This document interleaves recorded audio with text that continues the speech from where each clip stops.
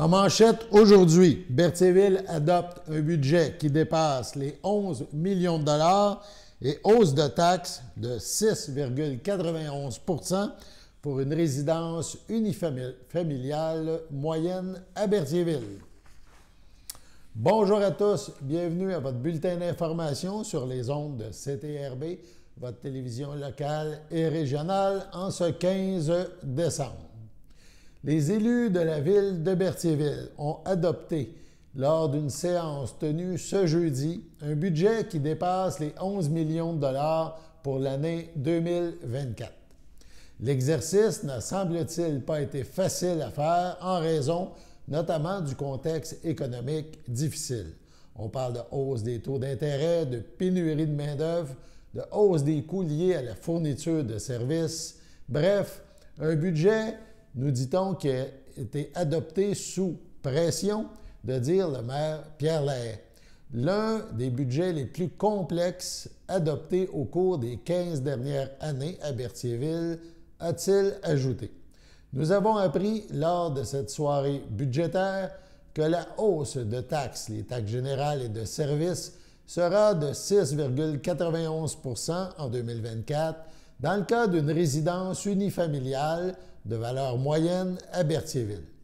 Soulignons que la mise à jour du rôle d'évaluation de la ville a fait bondir la valeur des résidences et édifices de la ville de plus de 46 % en un an. Une résidence unifamiliale moyenne à Berthierville, évaluée en 2023 à 193 151 $, a vu sa valeur bondir pour 2024 à 308 099 $. On parle d'une hausse de près de 60 %. C'est donc en raison de cette importante augmentation de la valeur des immeubles que les élus ont choisi de réduire le taux de base, donc la taxe générale, qui passe de 91 cents en 2023 à 59,74 cents en 2024, le tout afin d'équilibrer le budget. À noter, la hausse de la valeur des résidences de la ville n'est pas uniforme, certains quartiers étant plus touchés. Ainsi, nous dit-on, environ 50 %, près de 50 % des propriétaires à Berthierville verront leur compte de taxes augmenter, mais de façon moindre que le 6,91 % annoncé pour une résidence de valeur moyenne. Donc, on parle de maisons unifamiliales. D'autres propriétaires pourraient payer un peu plus. Donc, c'est à vérifier chacun avec les évaluations et les chiffres qui seront mis éventuellement dans les prochains jours sur le site web de la ville. À noter donc que toutes ces données-là relatives au budget 2024, on les retrouvera là sous peu, dans quelques jours, sur le site Internet de la municipalité de la ville de Berthierville. Dans un premier temps, on écoute le maire Pierre Lahaye en début de séance. Instant de réflexion. Premièrement, je veux remercier Mme Sylvie Dubois, directrice générale, et Mme Karine Tremblay, trésorière, pour l'élaboration d'un budget avec un des niveaux de complexité les plus élevés des 15 dernières années, sinon plus. Je peux vous dire qu'ils en ont mis des heures, ils ont passé quelques journées là-dessus. Donc, je les remercie. Deuxièmement, je veux aussi remercier le Conseil pour leur implication et leur disponibilité à la préparation du budget 2024. Donc, là aussi, il y a eu des rencontres pour le budget. Il y a eu plus que 2 heures de nuit là-dessus, ça c'est sûr. Le budget de l'exercice financier 2024 est de 11 133 763. L'exercice budgétaire a été rempli de défis en raison du contexte inflationniste, l'explosion des coûts des biens et services, des intérêts et du nouveau rôle d'évaluation foncier. Les objectifs dans la préparation du budget 2024 sont de maintenir et améliorer dans la mesure du possible la qualité des services, repartir équitablement le fardeau fiscal des citoyens, mettre en place des actions pour le développement de Berthierville, qui est le prochain pôle de développement économique, Donc, tel que mentionné plus tôt, le niveau de complexité du budget 2024 est le résultat en partie à un nouveau rôle triennal d'évaluation foncière, soit l'évaluation de 2024, 2025 et 2026. Suite à l'évaluation, la valeur imposable des immeubles, bâtiments et terrains sur le territoire de Berthierville est passée de 460 415 500 en 2023 à 673 416 700 en 2024 pour une augmentation de la valeur foncière de 213 2200, ce qui équivaut à 46,26 % d'augmentation de la valeur. L'augmentation de la valeur des propriétés est due à un marché très actif des 3 dernières années où la forte demande a eu comme effet de faire exploser les prix de vente qui sont un facteur dans l'établissement de la valeur foncière. Pour les propriétés unifamiliales, l'augmentation moyenne de l'évaluation est de 37,67 %. La valeur moyenne d'une propriété est passée, on parle toujours d'unifamiliale, est passée de 193 151 à 308 099, soit une augmentation de la valeur de 59,5 %. Afin de compenser l'augmentation des valeurs des propriétés, la Ville diminue le taux de taxe foncière de 34,68 %. Donc, le taux, il y a deux taux. Il y a le taux de base étant en 2023 de 63 sous 0,7 du 100 $ d'évaluation à 39 sous du 100 $ d'évaluation en 2024. Donc, si on calcule aussi le taux général, qui comprend des compensations de services, donc le taux passerait de 0,91 sous 46 à 59 sous 74 du 100 $ d'évaluation. Donc, juste vous dire que le taux de base, c'est égal à la taxe foncière uniquement, tandis que le taux général, c'est la taxe, ça inclut la taxe de compensation de services. Rappelons que le rôle de triennal d'évaluation est un exercice financier réalisé à travers toutes les villes du Québec, selon l'année de renouvellement de chacun des rôles. Pour Berthierville, le rôle d'évaluation est pour les années 2024, 2025, 2026. Donc, il est important de préciser qu'il ne peut y avoir de différence entre c'est-à-dire des différences entre la hausse des taxes de maison dans un même quartier, et cela s'explique à une hausse de valeur supérieure par rapport à la moyenne des valeurs.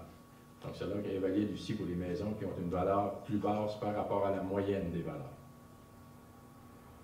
D'autres facteurs qui sont à considérer. Donc, le contexte économique avec l'augmentation des taux d'intérêt et de l'inflation sont d'autres facteurs qui sont venus augmenter les charges et les dépenses.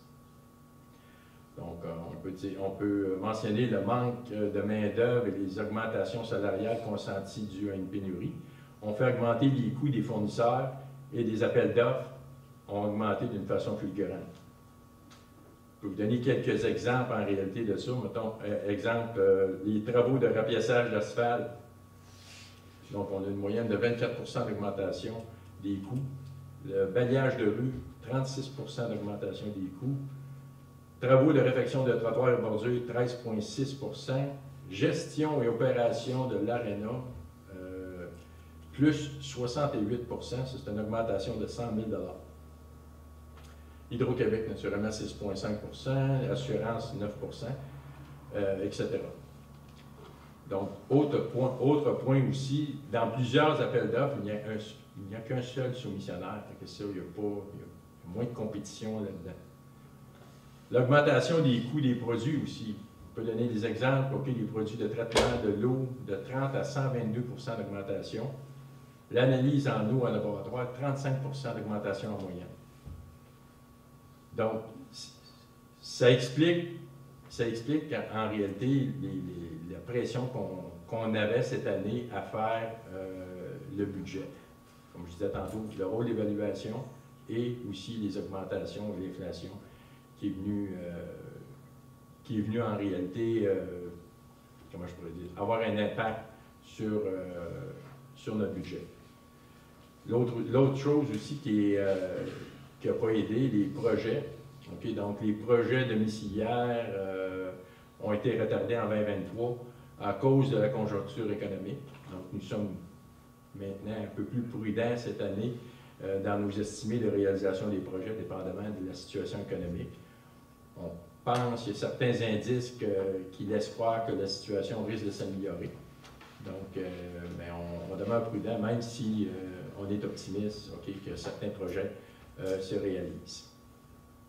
On a brièvement quelques petits objectifs, entre autres de dossiers majeurs en 2024.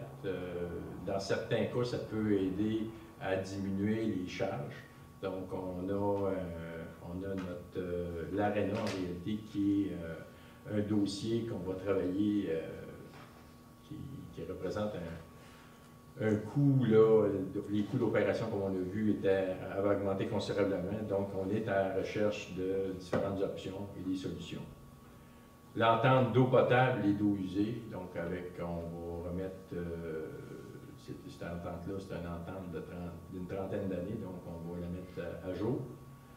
Nouvelle réglementation de zonage, on sait que ça s'en vient aussi, entre autres, le parc Saint-François, le skatepark, possiblement aussi la patinoire. Donc, c'est des projets, ça c'est quelques projets majeurs, mais on a plusieurs autres aussi là, qui sont en route.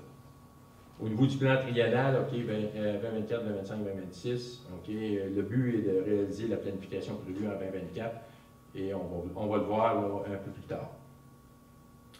Donc, ceci dit, c'est tout en ce qui me concerne.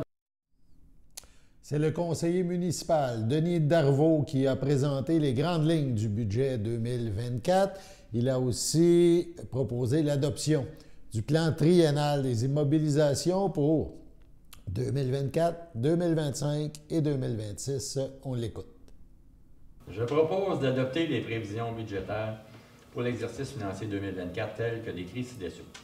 Considérant pour les revenus, pour le budget 2024, taxe foncière générale, 4 963 020 $. Service de la dette, 847 410 $. L'assainissement des eaux, 438 139 $.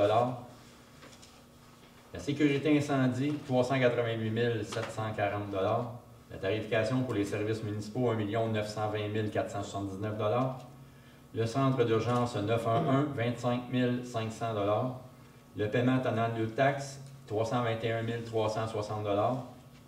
Les transferts, 728 094 $. Les services rendus aux organismes municipaux, 394 860 $. Les autres services rendus, 638 061 $. Imposition de droit, 295 000 $. Les amendes et pénalités, 35 000 $. Les intérêts, 138 100 $. Pour un montant de 11 133 763 $. Pour les charges, pour le budget 2024, administration générale, 1 484 702 $. La sécurité publique, 1 046 962 $. Le transport, 2 387 827 $. L'hygiène du milieu, 2 503 575 $. La santé et le bien-être, logements sociaux, 32 947 $. L'aménagement, urbanisme et mise à valeur du territoire, 238 995 $. Les loisirs et culture, 1 858 810 $. Les frais de financement et d'intérêt, 234 765 $. Pour un montant de 9 788 583 $. Conciliation à des fins fiscales, le remboursement de la dette en capital, 766 625 $. L'affectation réserve pour la disposition des boues, 300 000 $. L'affectation au fonds de roulement, c'est en crédit de 450 000 $. Une affectation d'activité d'investissement, 1 053 258 $. L'affectation excédent de fonctionnement affecté en crédit, 15 000 $. Et l'affectation excédent de fonctionnement non affecté en crédit, 309 703 $. Pour un montant de 1 345 180 $. Le budget de l'exercice financier 2024 prévoit des revenus égaux aux dépenses et aux éléments de conciliation à des fins fiscales au montant de 11 133 763 $. Merci. Et c'est appuyé par Je l'appuie. M. Plante. Merci. J'en appelle au vote à ma gauche. Favorable. À ma droite. Favorable. Approuvé à l'unanimité des conseillers présents. Maintenant, on va procéder à l'adoption du programme triennal 2024, 2025, 2026. Monsieur Darvaux. Je propose d'adopter le programme triennal d'immobilisation pour les exercices financiers 2024, 2025, 2026, tel que détaillé à l'annexe de 6 juin. Alors, pour l'année 2024, le parc Gilles Villeneuve, des travaux d'aménagement, coût approximatif 64 258. Réalisation 2024, subvention potentielle 38 555 pour un montant financier de 25 703 dans l'appropriation à l'excédent non affecté. Le parc Saint-François, aménagement de skatepark et travaux connexes, 425 000 réalisation 2024, subvention potentielle de 255 000 pour un montant financier de 170 000 dans l'appropriation à l'excédent non affecté. Acquisition et installation d'un panneau numérique, 114 000 en 2024. Aucune subvention présentement. Montant à financer, 114 000 dans l'appropriation à l'excédent non affecté. Acquisition de véhicules et d'équipements, 450 000 en 2024 pour un montant financier de 450 000 dans le fonds de roulement. La réfection majeure de la rue Saint-Viateur, 2 31 250 en 2024. Subvention par la TECQ, montant financé à définir dans un règlement d'emprunt.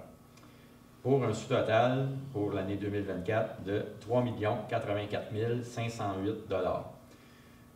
Pour 2025, les travaux de séparation de réseau d'égouts entre la rue de Montcalm et de Frontenac, pour un montant de 2 332 317 $.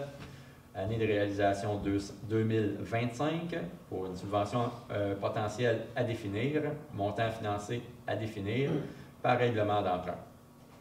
Augmentation de la capacité de la station de traitement des eaux usées, 15 millions. Année de réalisation 2025 pour un montant financé à définir par règlement d'emprunt. En 2026, réfection majeure de la rue Pierre-de-l'Estage, 5 145 688. Année de réalisation 2026, un montant à financer à définir en règlement d'emprunt. Pour un sous-total de l'année 2026 de 5 145 688 $. Pour un grand total de 25 562 513 $. Sur ces chiffres, passons à la pause. Chers téléspectateurs, vous êtes cordialement invités le samedi matin dès 9h30 à notre bingo télédiffusé de nos studios de Berthierville.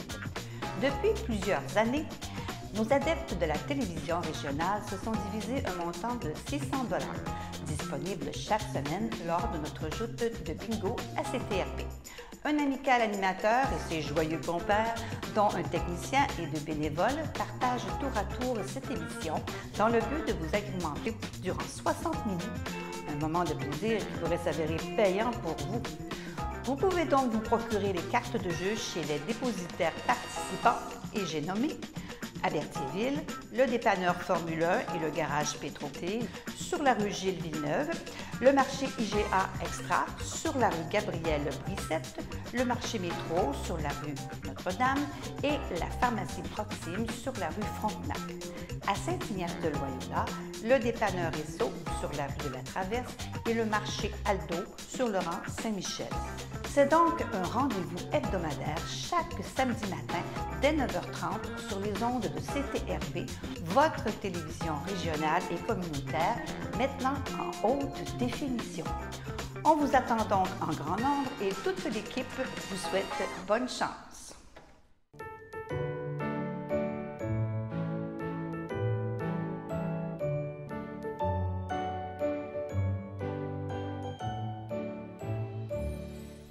Voici donc les anniversaires pour aujourd'hui et ce week-end. En ce 15 décembre, la FADOC de l'île du Pas désire souhaiter bonne fête à Julie Laforêt, à Anne Bergeron, à Michel Moreau et à Wilfrid Lanois. Aussi, les filles d'Isabelle de Berthier souhaitent un heureux anniversaire à Françoise Gervais. Demain, 16 décembre, la FADOC de l'Île-du-Pas souhaite bonne fête à Monique Deschênes, à André Bonnet, à Anne Rousseau, à Linda Laforêt et à Lorraine Balde. Et les filles d'Isabelle de Berthier souhaitent un heureux anniversaire à Céline Valois. C'est votre anniversaire aujourd'hui ou ce week-end. Donc, toute l'équipe de CTRB se joint à moi et vous souhaite bonne fête. On rappelle l'opération Nez Rouge. Si vous désirez en profiter, il faut être prudent si on va à des soirées, à des parties. Et si on a pris un petit verre, bien, on ne conduit pas. Donc, pour la région de la Naudière, il faut composer le 450-756-4011.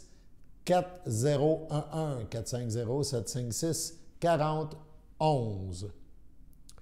La Sûreté du Québec demande l'aide du public pour retrouver Zachary Soucy, 16 ans, de Joliette. Il a été vu pour la dernière fois le 6 décembre dernier, vers midi, sur la rue La Douceur à Joliette. Il se déplacerait à pied. Il pourrait cependant se trouver autant à Montréal que un peu partout dans la Naudière ou même ailleurs au Québec. Ses proches disent avoir des raisons de crainte pour sa santé et sa sécurité. Sa description, sa taille 5 pieds 10 ou 1,78 m, il pèse 160 livres ou 73 kilos. Il a les cheveux bruns, les yeux bruns. La dernière fois qu'il a été vu, il portait un pantalon et un chandail noir, un manteau de cuir noir, une tuque rouge et noire et des souliers verts fluorescents. Toute personne qui apercevrait cet individu est priée de communiquer avec le 911. De plus, toute information pouvant permettre de retrouver cet individu peut être communiquée confidentiellement à la Centrale de l'information criminelle de la Sûreté du Québec, le numéro 1-800-659-4264.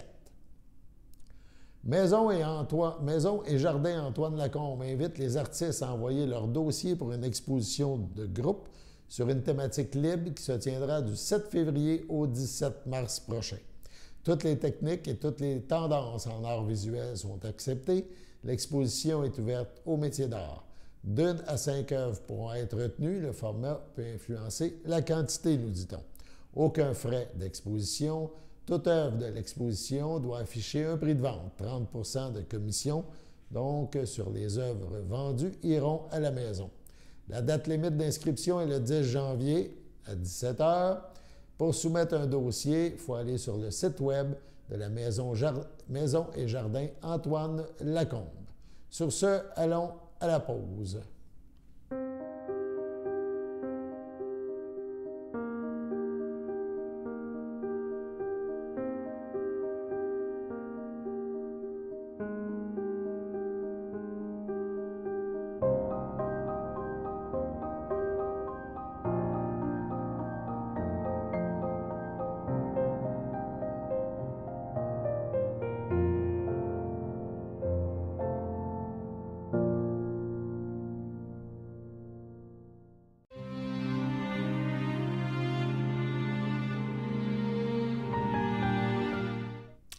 Au CHDL de Saint-Charles-Borromée, le 17 novembre à 89 ans, est décédée Mme Marguerite Denis, épouse de feu André Sylvestre, demeurant à Berthierville.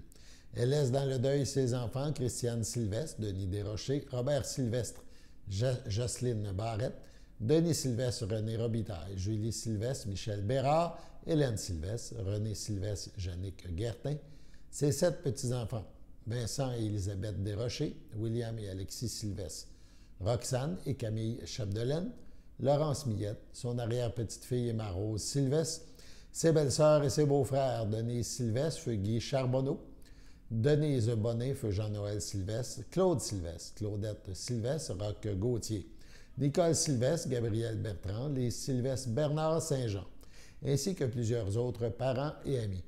La famille tient à remercier le personnel de la Villa Berthier pour sa gentillesse à l'égard de Mme Denis Sylvestre, ainsi que les docteurs Hélène Laporte et Émilie Trard, et le personnel des soins palliatifs pour les bons soins prodigués à leur mère. La famille vous accueillera samedi, le 16 décembre, dès 11h, au complexe funéraire Efterio, 741 Notre-Dame à Berthierville. Suivra une liturgie en la chapelle du complexe à 14h30. Madame Marguerite Denis-Sylvestre sera inhumée au cimetière de Berthierville à une date ultérieure. Au CHDL de Saint-Charles-Borromée, le 6 décembre, à 62 ans, est décédée Mme Micheline Dubé, épouse de Michel Plante, demeurant Sainte-Geneviève de Berthier. Elle laisse dans le deuil, outre son époux, ses fils René-Pierre Plante, Mylène Renaud, Jean-Sébastien Plante, Marie-Michel Thériault. Ses petits-enfants, Billy, Sarah, Jérémie, Abigail Plante. Ses beaux-parents, René Plante, Hélène Moreau. Ses sœurs, beaux-frères et belles-sœurs, sa filleule Marie Fredette, les Gilles Lisotte, ainsi que plusieurs neveux, nièces, autres parents et amis. La famille vous accueillera dimanche 17 décembre dès 11h au complexe funéraire Efterio, 741 rue Notre-Dame à Berthierville. Suivra une liturgie de la parole à la chapelle du complexe à 14h30. Les cendres de Mme Dubé seront déposées au columbarium Efterio à Berthierville le même jour. Sur ce, on passe à la météo.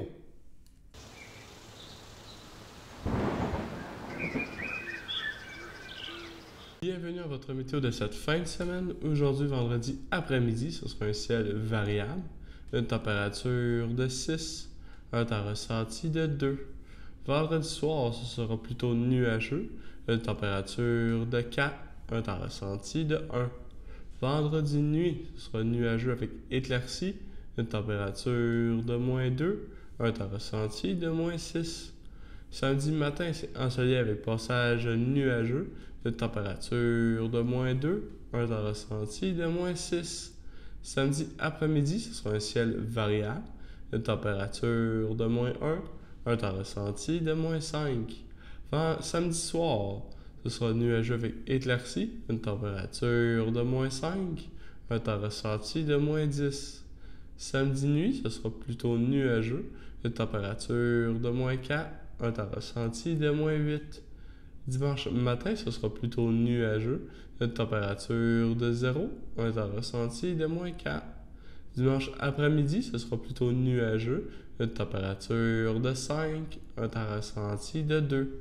Dimanche soir, ce sera de la pluie, une température de 3, un temps ressenti de 1, environ 5 à 10 mm de pluie. Dimanche nuit, ce sera de la pluie, une température de 3, un temps ressenti de 1, environ 10 mm de pluie. Et voilà, c'était tout pour votre météo. Nous vous avons présenté le bulletin d'information locale et régionale sur les ondes de CTRB, votre télé.